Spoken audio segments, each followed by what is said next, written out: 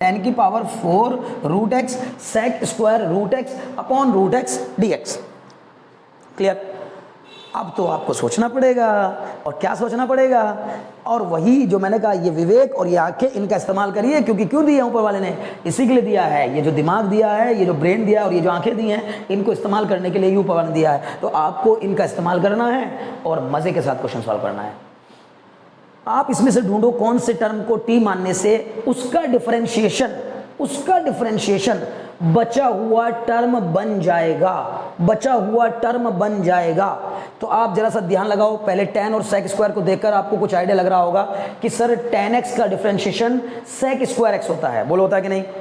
d by d x of tan x equal to sec square x। इसका मतलब है कि tan x को अगर t मान लिया जाए तो sec स्क्वायर x जैसी कोई चीज आने लगेगी। बट सर यहाँ तो रूट x है, तो वही रूट एक्स तो मेरे काम का है, उसी से तो मुझे फायदा हो रहा है। क्योंकि आप ये कहोगे अगर मैंने इसको मान लो टी मानकर इसको भगा भी दिया तो ये जो एक्स है रूट एक्स है ये तंग करेगा, लेकिन ये तंग नहीं करेगा। उसने ऐसा क्वेश्चन बना के दिया है कि जैसे ही आप इसको टी मानेंगे ना, इस tan रूट एक्स को, तो tan रूट एक्स को टी मानने से सब अपने आप भाग जाएंगे, सब भाग जाएंगे। में से मैं अगर इस tan रूट एक्स को टी मान लूँ, क्यों? मेरे दिमाग ने क्यों काम किया ये? क्योंकि सर tan एक्स का तो होता है sec स्क्वायर एक्स और रूट एक्स का डिफरेंशिएशन होता है 1/2 रूट एक्स। मैं यहाँ पर आपको बताता भी चलता हूँ साथ साथ, क्या फायदा। आप अगर वो चीज़ नहीं समझ पाएंगे तो फायदा कुछ नहीं होने वाला है, ठीक है ना? तो देखिए d by d x of tan x, ये पहले से आपको पता होना चाहिए कि ये फॉर्मूला होता है d by d x of tan x का। और एक फॉर्मूला आपके पास और होगा d by d x of root x equal to 1/2 root x. तो ये दो चीज़ें आपको पता होती ना, जिसको डिफरेंशिएशन के फॉर्मूले पता होंगे उसको तुरंत देखते ही समझ में आ जाएगा इसमें किसको टी मानना है।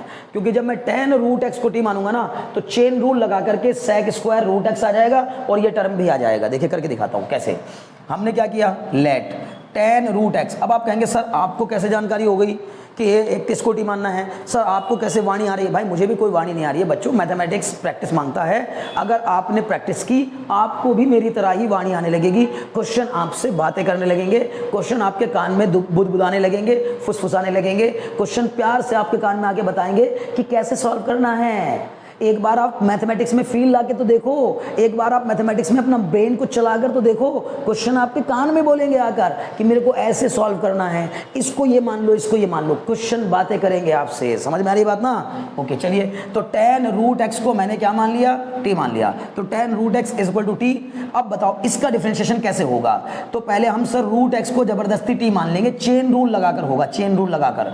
तो tan रूट एक्स का हो जाएगा tan रूट एक्स का हो जाएगा sec स्क्वायर, लेकिन मैंने इसको अपने मन में x कंसिडर कर लिया, तो tan x का होता है sec स्क्वायर x, तो tan रूट x का हो जाएगा sec स्क्वायर रूट x। लेकिन जिसको हम जबरदस्ती t मानते हैं उसका फिर से करते हैं और उसको मल्टीप्लाई में लिखते हैं, तो रूट x का फिर से डिफरेंशिएशन करेंगे और वो कितना आ जाएगा? अभी बताया मैंने, रूट x का डिफरेंशिएशन होता है 1/2 root x is equal to, अब t का करेंगे तो कितना आ जाएगा, dt बाई डी एक्स। अब जरा देखो ये क्या बन गया, sec square root x upon में 2 रूट एक्स इंटू में dx, इस dx को मैं ऊपर ले गया, इज इक्वल टू कितना हो गया, dt।